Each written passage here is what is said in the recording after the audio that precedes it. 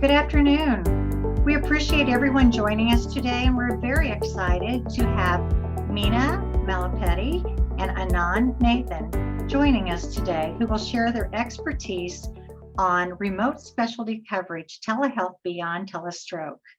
This webinar is being recorded and added to the UMTRC resources for all of our members around the state and our neighboring states.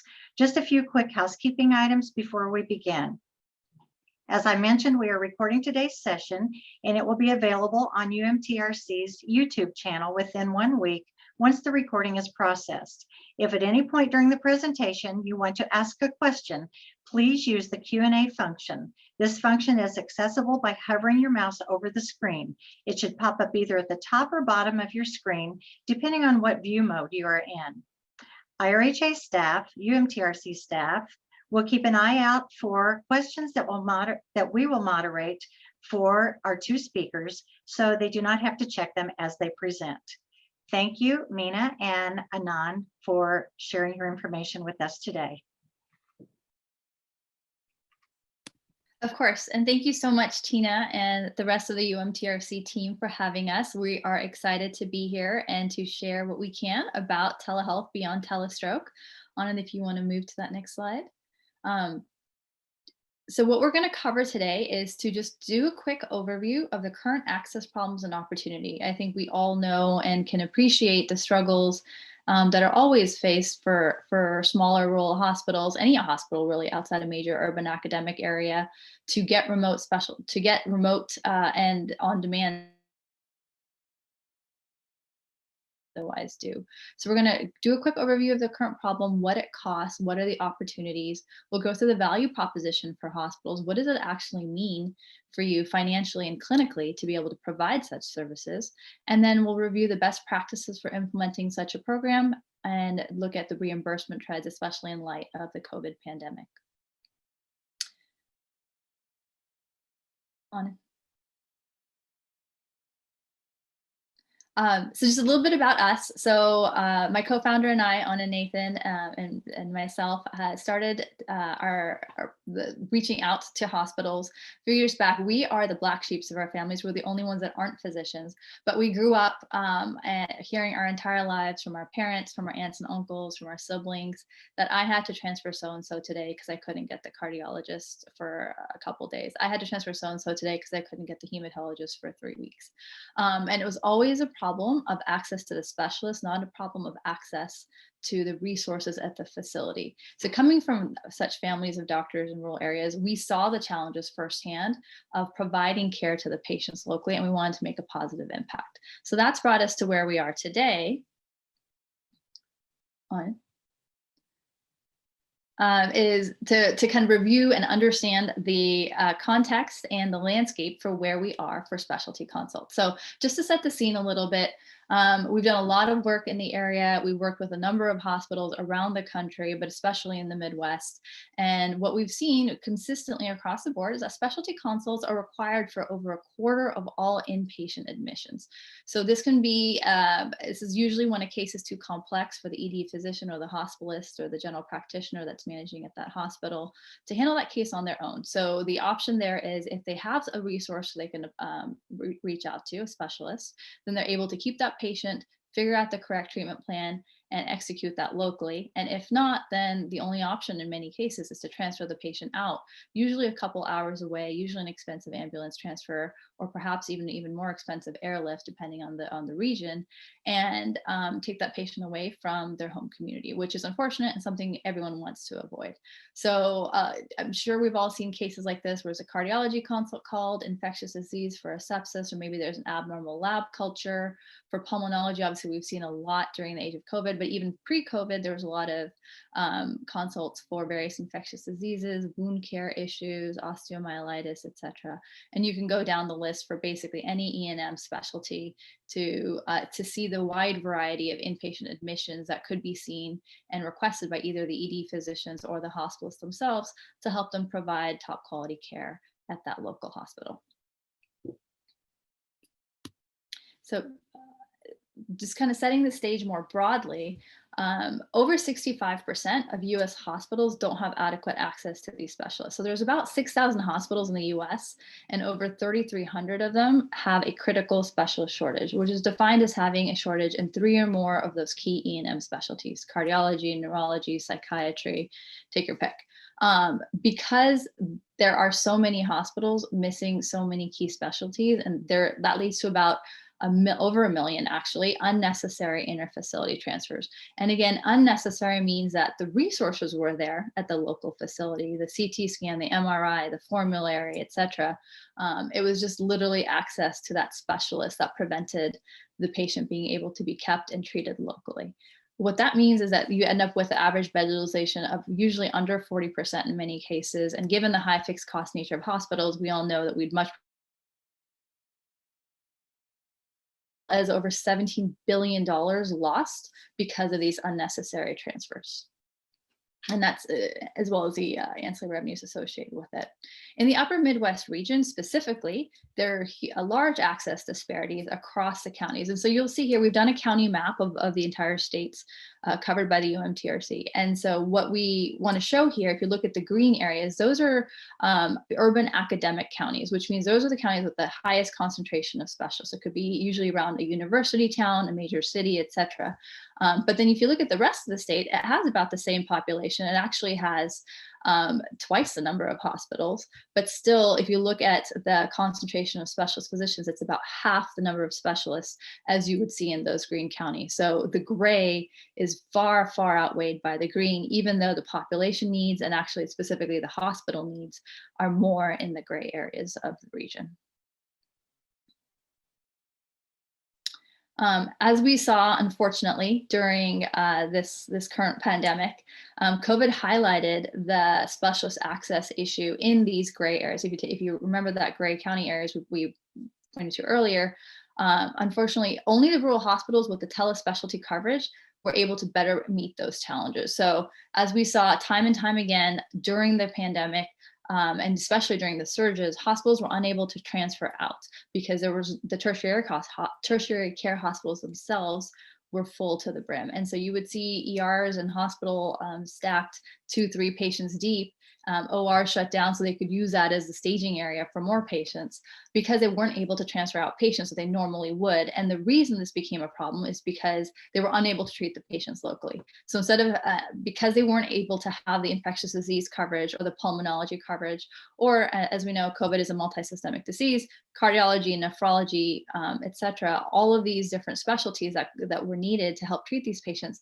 by not having that care available on demand locally, they were stuck treating patients they normally weren't prepared to treat, and we're having real struggles and real issues with that. And that was very detrimental, both for clinical matters, but also to, psychologically. There was a lot of people getting burnt out and getting really frustrated because of that. So, but the hospitals that did have telehealth coverage, on the other hand, we saw a great difference in terms of both outcomes as well as what they were able to do on the ground. They were able to get guidance on ventilation management. They were able to get help evaluating eligibility and treatment protocols with monoclonal antibodies. They were able to set up hospital-specific protocols for COVID, as well as, more importantly, to clear patients faster, to discharge them out so that you can open up more beds. You could alleviate the crowding situation in the hospitals, and just as important, treat patients who weren't COVID patients, the person that came in for the stroke or the heart attack, or the young mother that was coming in to give birth. Being able to take care of other community needs beyond just COVID was huge. And when they had access to the on-demand remote specialty coverage, they were able to do that in a much faster, much easier manner.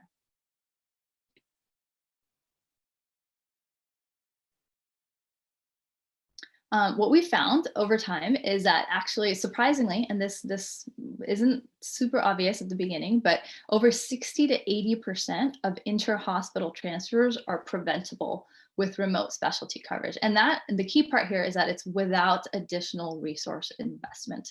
And I can't emphasize that enough. We all know hospital budgets are tight. We know, keeping a couple transfers here or there at the end of each month can make a huge difference.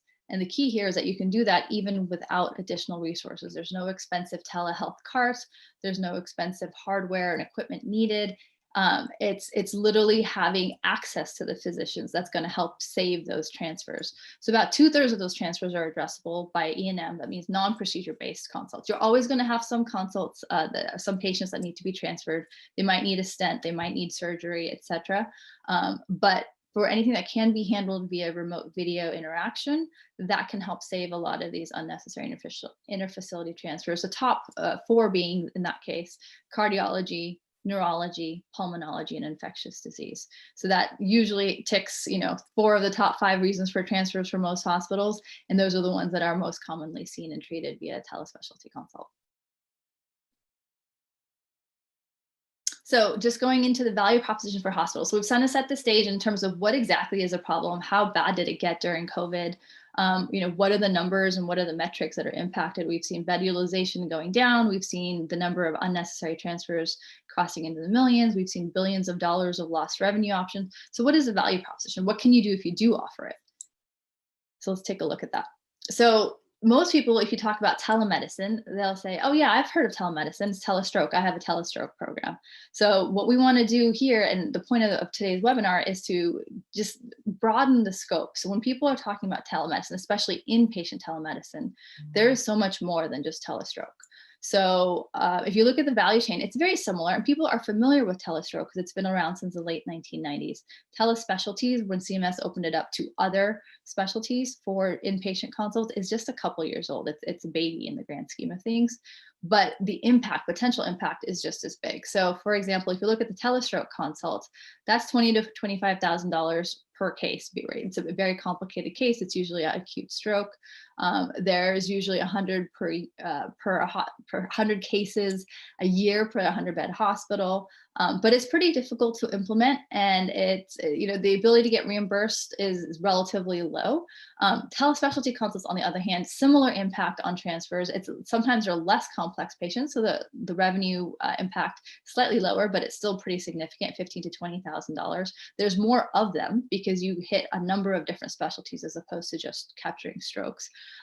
It's easier to implement and it's easier to get reimbursed for. So taking a look at the next slide, we'll see here that for all the patients, each patient helped with a telespecialty consult impacts and metrics that are top of mind for hospital CEOs. So in all the hospitals we've surveyed that have started a telespecialty program, within months of launch, all of these hospitals are seeing reduced unnecessary transfers. And again, I just want to pause here and on average, each unnecessary transfer be saved is bringing in $15,000 to the top line of that hospital, and usually about 40 to 60%, depending on your margin, flow through to the bottom line. So significant, and it could be the difference between a hospital being in the black or being in the red for that month or even that year. It improved bed utilization. So we are seeing consistent improvements in bed utilization from the 40s up to the 60s, higher bundled payments and ancillary revenues, as well as increased overall case complexity. So as you're able to treat more complex patients locally, you're able to increase the CMI of that hospital, and therefore the ability of that hospital to bill at a higher rate for all of its patients. You're seeing decreased length of stay with speedier discharges. When you have the specialist making that call and you're not having someone try and figure it out as they go along, you're going to get to the right decision faster and get that patient treated, cleared up, and discharged much faster. And as well as, of course, the improved confidence and the ability of the local medical staff, the attending physicians, nursing staff, et cetera, to deliver the best care that they feel comfortable delivering to the patients locally.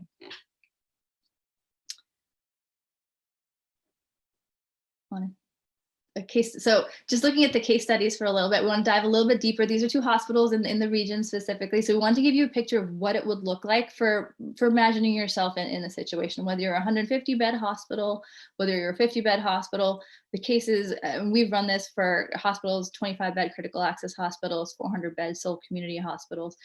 The takeaways are very similar across the board. So we wanted to just focus on 2 of them in your region to help kind of pinpoint this and bring it home in terms of what is the value of starting and offering remote specialty coverage at your hospital. So for example, at a 150-bed hospital, we did for infectious disease, we saw over 160 patients over 7 months. 70% of them were high complexity cases. So we're talking levels 4 and 5. We touched over almost a quarter of the ICU patients with only 4 patients being transferred out for a higher level of care. So even by seeing the most complex patients possible through video, we were still able to keep the transfer rate so low. The patients treated had almost a 1-point improvement in the CMI, and that helped with overall the hospital CMI, as well as it was just very impressive to see kind of the overall complexity of the patients that were able to be treated via telehealth. And 81%, this was a key improvement for the hospital, 81% of these patients were discharged under the mean length of stay after that consult. So we were able to get those patients seen, treated, and discharged out the door faster, consistently across the board. For the smaller hospital, there's over 200 patients seen in over a year and a half. There were over 176 transfers prevented, and that's a huge number. They were very excited about that. They were able to retain over 90% of these high complexity cases, so the level 4s, level 5s, whereas before those were all automatic transfers. Again, saw a high increase in the CMI treated. Over 60% of the patients were discharged under the mean length of stay for their DRG. And this is a really interesting part. There's over almost a 50% reduction in the 30-day readmission rate.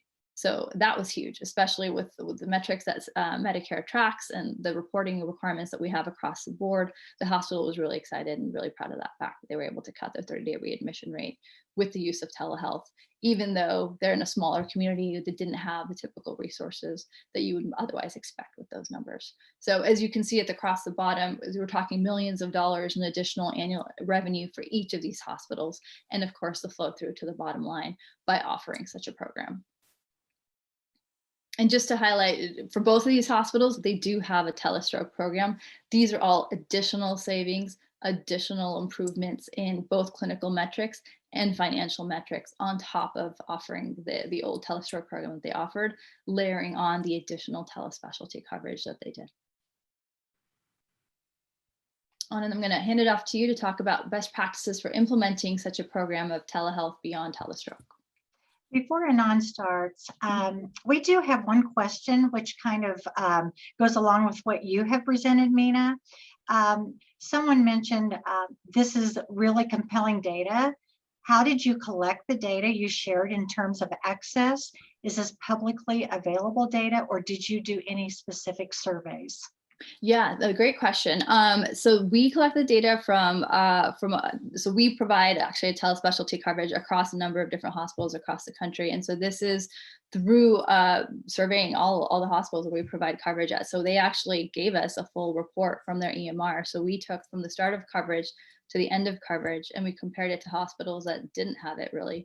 So the 2 case studies, if you're asking specifically on those numbers, those are actual data points from hospitals where we started coverage and what we saw over that time period. And so when we provide telespecialty coverage, and actually anybody that provides specialty coverage should be doing this, you do quarterly business reviews, annual business reviews, where they give you, hey, these are all the patients you saw, and we'll pull a report from the EMR, and we'll work with their quality team at the hospital and say, hey, what are the impacts that we're seeing? And so this is what we pulled together along with the hospital administration to see what is the value of the program. As you probably know, everyone looks at programs annually all the time and says, hey, do we continue this program? Is it worth the cost? And they were seeing multiple 10 times returns on investment on the program. And so they're really excited, and they gave us permission to share their data to talk about kind of what they were seeing, and to put it out there that this is, you would be surprised at the impact of it for something that was relatively simple to implement.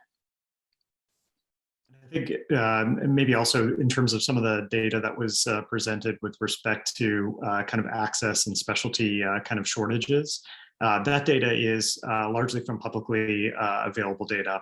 So we went in and used CMS data, as well as doing some geographic analysis of locations of specialty practices that we pulled from kind of public databases and public sources to be able to do. So it's a T-squared proprietary analysis, but it's all kind of from public data sources in terms of finding locations of specialists, locations of facilities, and overall kind of understanding the kind of concentration of those versus the amount of hospital beds.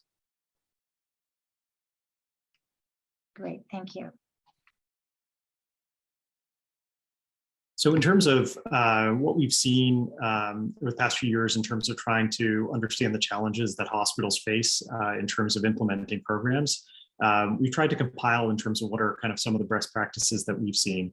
It's generally these programs seem like you can implement them fairly quickly, but there are just a bunch of different barriers to implementation that have kind of prevented more broad adoption.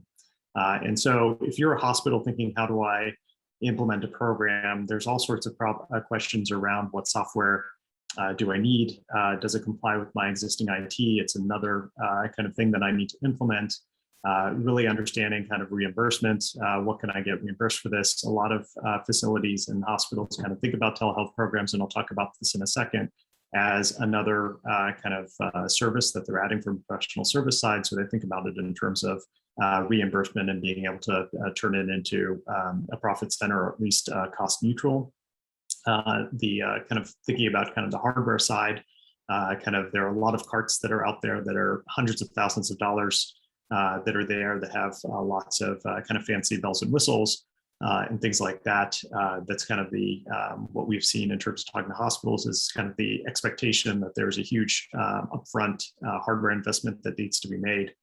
And then you almost need to become a medical practice from the standpoint of thinking about where am I finding my panel of physicians? How am I managing that? How am I managing schedules? How am I kind of figuring out if I do find a physician that's willing to support my facility? How do I think about if that physician leaves? How do I kind of replace them?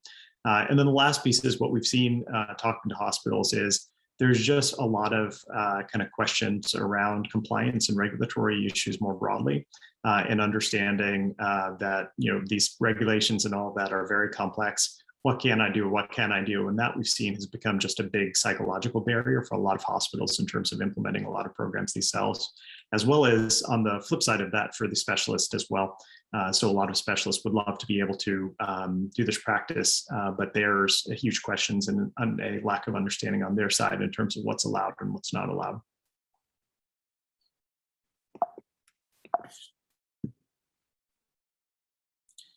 So what we tried to do is just kind of think about kind of some of the historical challenges and some of the things that we've seen in terms of some of the best facilities do. I think one of the things that, as I mentioned before, when you think about some of the telehealth providers that are out there, the cost associated with that can be as much as hiring a full-time physician. When you add kind of standby fees, potentially large per click charges, things like that. And so, that oftentimes is a huge barrier for entry in terms of for smaller hospitals, especially not wanting to take on large fixed costs onto the balance sheet, and that being a challenge, especially when finances are tight. But I think what is helpful to think about when kind of approaching some of these telehealth programs is to think about the overall value, as Mina talked about. What we've seen is that the ROI is really high. That if you think about it, even beyond just the kind of what you can get reimbursed and that net cost, if you will, or that you can recoup that many times over if you can have one transfer that you prevent, as long as you're kind of very focused on understanding kind of the metrics and what is your objectives of the program. Then a transfer prevented is $15,000. That can pay for a lot of consults and a large chunk of the program. So I think that's kind of one thing to think about, is to reorient around that this is not another kind of physician that you're bringing on staff in the same way that you would think about other physicians that you'd bring on staff, but this is a program that's designed to go for value. And the return on kind of that investment. And if you kind of think about it more broadly that way and ensure that you're measuring and staying up on those metrics, then I think that that's a way to kind of reorient the cost side of this. I think it's helpful to kind of keep billing rights, to a certain extent, if you're able to kind of keep those billing rights and do the professional billing yourself, then that oftentimes can end up, especially in your rural hospitals we've seen, and I'll talk about this in a second, their ability with, depending on payer mix and all that, to offset a large portion of the cost of the programs. And even if you're not thinking about telehealth, would kind of strongly, ask to kind of consider even hiring or subsidizing a physician. I think some of the things, come in the same way with respect to, especially if you have the scale even if you're not turning that physician into a profit center, the advantages of having those specialty coverage on staff is just really important and delivers a lot of value. So even if you're not thinking about telehealth, definitely should think about it from the standpoint of getting that coverage in some other way. The one challenge that we've seen is that if there isn't enough volume, and we typically see this kind of for a lot of the specialists we've talked about, you need to be a 200, 250 bed hospital plus. If you're not at that threshold, and oftentimes if you cannot keep that physician busy, then you often see high turnover. And especially if you're using locums or you're using staffing firms, that can get extremely expensive. You can kind of push through a lot of that if you're not there. So it's just something to think about. But what I would challenge is kind of independent of thinking about this as a pure cost, I would think about this as an investment in ROI as you're thinking about the overall cost of the program. And then to a certain extent, there's a lot of barriers in terms of what we've seen is just the overall investment of, setting up a telehealth program and the idea in terms of that not only cost investment in terms of being able to pay for hardware, paying for startup and implementation fees, just the time investment of a stretched staff. Obviously, if it's a large kind of IT implementation, burdening that we've seen, especially with smaller community hospitals, those IT teams are that they have are small but amazing in terms of just what they have on their plate and how stretched they are, and the ability to kind of throw something on there is obviously very daunting. I think what we've seen is that there are a lot of telehealth providers that are popping up that are able to think about unique ways in terms of being able to set up programs, making it easier to implement. Would look at credentialing by proxy, and if that's not in your bylaws, as something to be able to do, those are expanding and make it a lot easier on your credentialing department to be able to kind of add physicians and add telehealth providers. And we just try and stay focused on, continuing to look for a telehealth provider that allows you to, that works with the structure that you have, as well as kind of makes the implementation as easy as possible. I think it was, some of the, 15 years ago, 10 years ago, when some of the earlier programs were starting, there was a huge amount of investment that was expected to be made. I think, the market has evolved significantly where there are providers that can deliver a lot of value to you without having as much of an investment up front. And the other thing that has often been a challenge is the expectation that you need a physician that's 24/7 on call to be able to support these programs. And I think this is one of the things that's advantage versus Telestroke, where you need an immediate response. For these, what we've seen is that there's just a huge amount of value for these routine telespecialty consults that are not urgent. And so that gives you an advantage with respect to telehealth, to be able to not only kind of look at the providers that are there in your area, but also look beyond. Trying to stay in state, as you need to, obviously, for most states have licensing requirements, but you can generally kind of look beyond your very kind of local area or even the nearest metro. Look beyond that to kind of find providers that are there. There is capacity. What we've seen is that actually for a lot of these E&M specialists, they aren't as tied up as you see with other physicians. And there is a desire to want to kind of help hospitals, help patients that they otherwise would not see. And what I would say is in terms of even getting weekday coverage, had significant value. Even if you can only get weekday days, that adds significant value, especially when these are the routine consults. So, it's not as if you don't have that 24/7 coverage that you lose all the value. You can still get a lot of value, and that gives you a lot of flexibility in terms of finding physicians and providers that are willing to help out.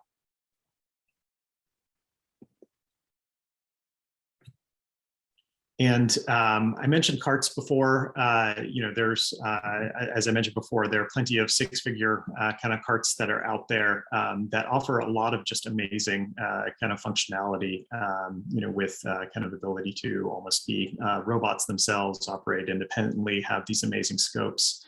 PTZ cameras, things like that. And they're fantastic kind of carts. What I'd say is for these programs and for most of the specialties that we're talking about, what's really kind of driving kind of the video visit is that kind of face-to-face engagement between the physician and the patient.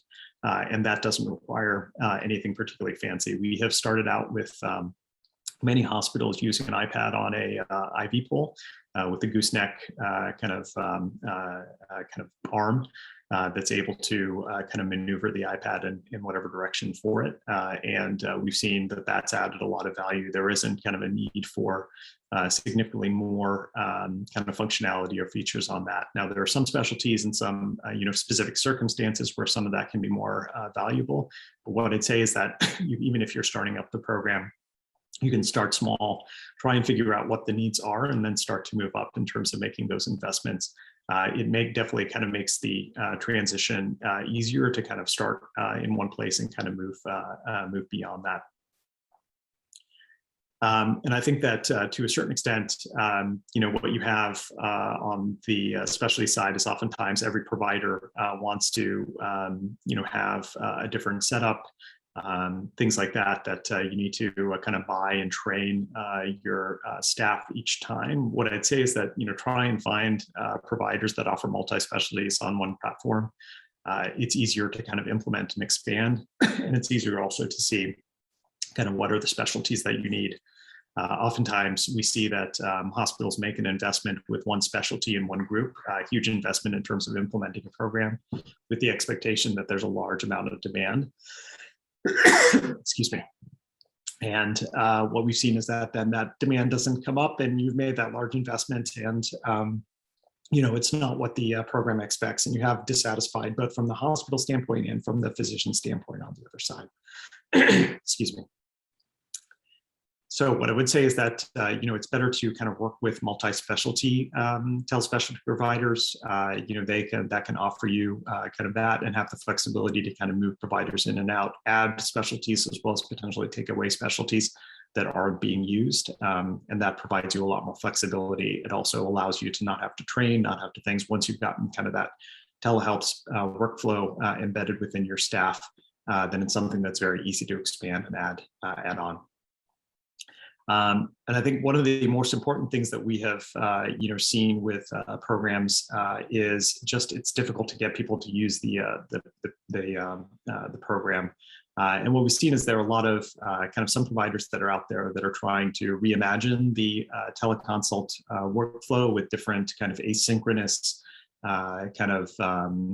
programs of driving advice, kind of formalizing or kind of, technology enabling the curbside, things like that. And what we've seen is that, they've had challenges kind of driving engagement. What we've seen is the more that you can integrate into the existing workflow and not change the existing workflow, both your clinicians and your nursing staff, obviously with the change that the specialist is going to be joining by video as opposed to in person, but as much as you can kind of mimic the existing kind of specialist consult workflow, the more engagement that you're going to get.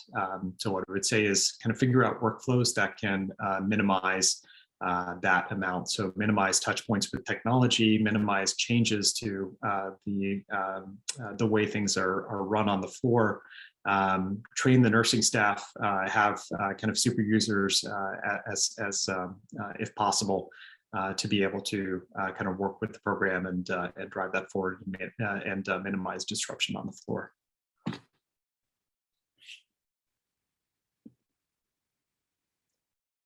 So wanted to take a little bit of time and talk about reimbursement trends. And this is, it could be a topic in and of itself where we could spend hours going through. It's definitely a complex topic, but wanted to at least kind of at a high level talk about trends for telespecialty consults specifically.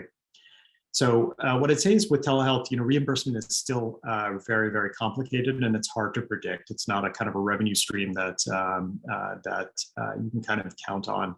And what I'd say is it can help offset costs, but the value is still in the metrics improvement, the ROI that Nina had talked about. And we believe strongly, and I think the numbers bear out with hospitals that we've worked with, also with case studies that have been done and published, is that the return on investment on these programs, even taking into account the full cost of them, definitely pay for themselves. But what I would say is that reimbursement is something that you should definitely get to, and it would help kind of offset the cost. But right now, there's just so many different kind of factors that play into whether an E&M teleconsult can get reimbursed. Obviously, you have payer, which obviously drives that, and what we've seen is huge variations in terms of kind of what can get reimbursed and what can't. So CMS fee-for-service, Medicare fee-for-service has its own kind of set of rules that kind of varies potentially slightly with the different Medicare replacement programs, Medicare Advantage programs. Then you have kind of state rules with respect to Medicaid reimbursement. And then you have all of these different private payers, which often we have seen are on a contract by contract basis. So there isn't one kind of policy that overrides in terms of what they're going to reimburse for these inpatient teleconsults. So all this requires kind of on a hospital by hospital basis, and now analyzing kind of all of the payer contracts as well as their location and things like that that are there. I'll talk to you some of the trends that are going on in the future that should hopefully simplify some of this stuff, but right now it's extremely complex. You obviously have kind of things in terms of your originating site. You may have different kind of reimbursement, potential if it's in the ED or an observation status versus true inpatient. We've seen that that's actually kind of made a difference. Obviously, state rules and regulations. One of the big ones right now, which is paused with COVID, and I'll talk about that in a second, is the CMS rural designation. So specifically for CMS, is your facility designated as a rural site? And in that case, that opens up a lot of opportunities on the Medicare side. If it's not traditionally in the past, that has meant that there has been no possibility for reimbursement from CMS directly for these types of consults. And then there's kind of these things in terms of the service performed. So is it an actual video consult? There's different things that have been opened up recently with respect to asynchronous consults and things like that. And then obviously I'll layer on top of that over the past 2 years, these temporary COVID emergency rules have kind of filtered down and affected all of this. But what I'd say is that, again, stay focused on the clear creation of value, regardless of reimbursement. So reimbursement should be something that is thought about with respect to implementing these programs, but the ability to get reimbursed should not be driving the decision of whether to implement a program or not. Because what we've seen is that the elimination of unnecessary transfers, the improvement in kind of the overall case mix index for the hospitals, the reduction in 30-day readmission rates, all of those just add a ton of value that is there. What I will say is what we have seen in terms of especially rural hospitals is that they've been able to offset the nominal cost of the program by up to 75% through reimbursements alone. But what I'd say is that's probably the high watermark in terms of what can get reimbursed. But even if you don't include that, we've seen 10x ROI in transfer reductions and other metric improvements for the cost of the program just from kind of the things that are on the right, taking the full cost of the program.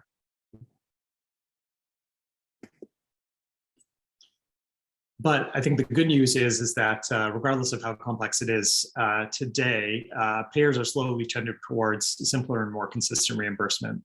So longstanding, we've had CMS has had these G codes for specialty consults that they've made available that have really helped simplify and be able to get some pretty generous reimbursement rates for rural hospitals and for these consults specifically. What we've seen is approximately half of state Medicaid programs offer some inpatient reimbursement, and obviously that's oftentimes at much lower rates, but they do have that, and that's been out there. And private payers, we've seen probably about a 40 to 50% kind of hit rate in terms of private payers supporting these reimbursements, these types of consults.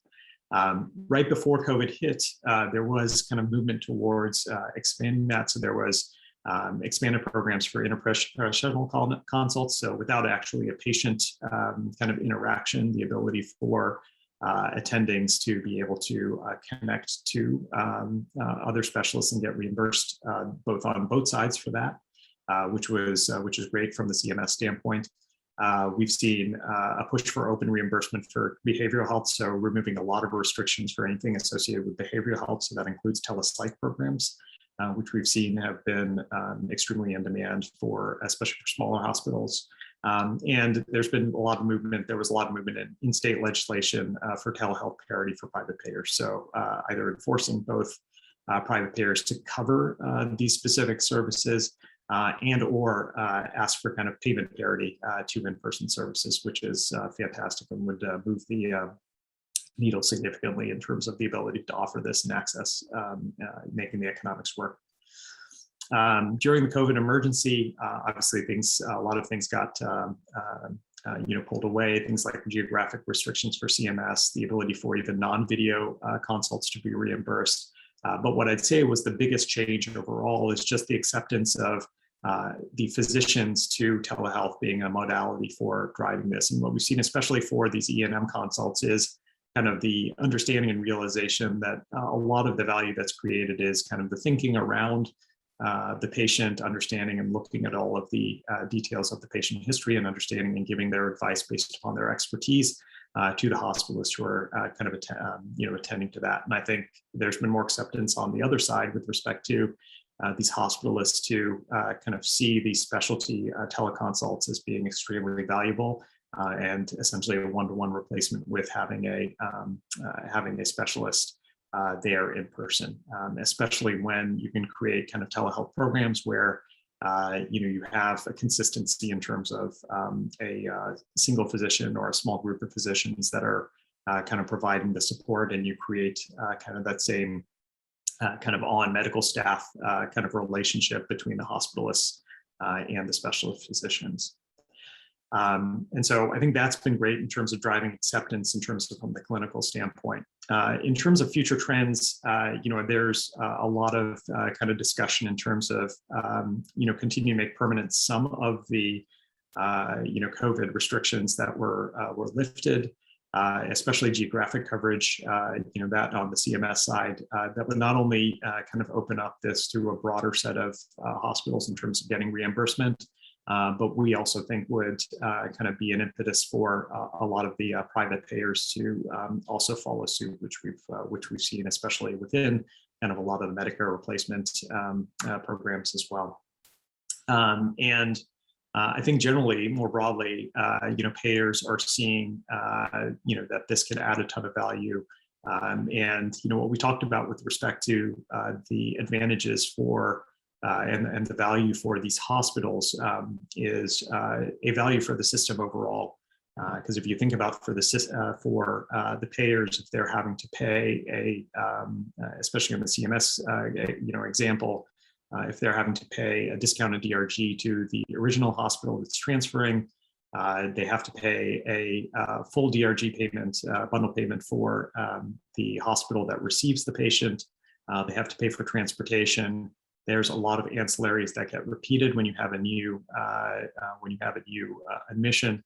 All of those things add up, and that's tens of thousands of dollars cost to the payers when that transfer happens. So I think they're seeing a lot of the those things come out, and a lot of the initial concerns and hesitancy with respect to covering some of these services was around the concern for overutilization. And I think what we've seen is that, and what some of the literature has also shown, is that especially in these narrow circumstances, unlike some other telehealth areas, there isn't this kind of overutilization just because it's there. We've typically seen over 92%, 93% kind of instances where the specialist has created a change in the treatment plan, has suggested a change in the treatment plan, and that attending physician has implemented that change, which kind of implies that there was a necessity to do that, not a confirmation, request essentially from the attending.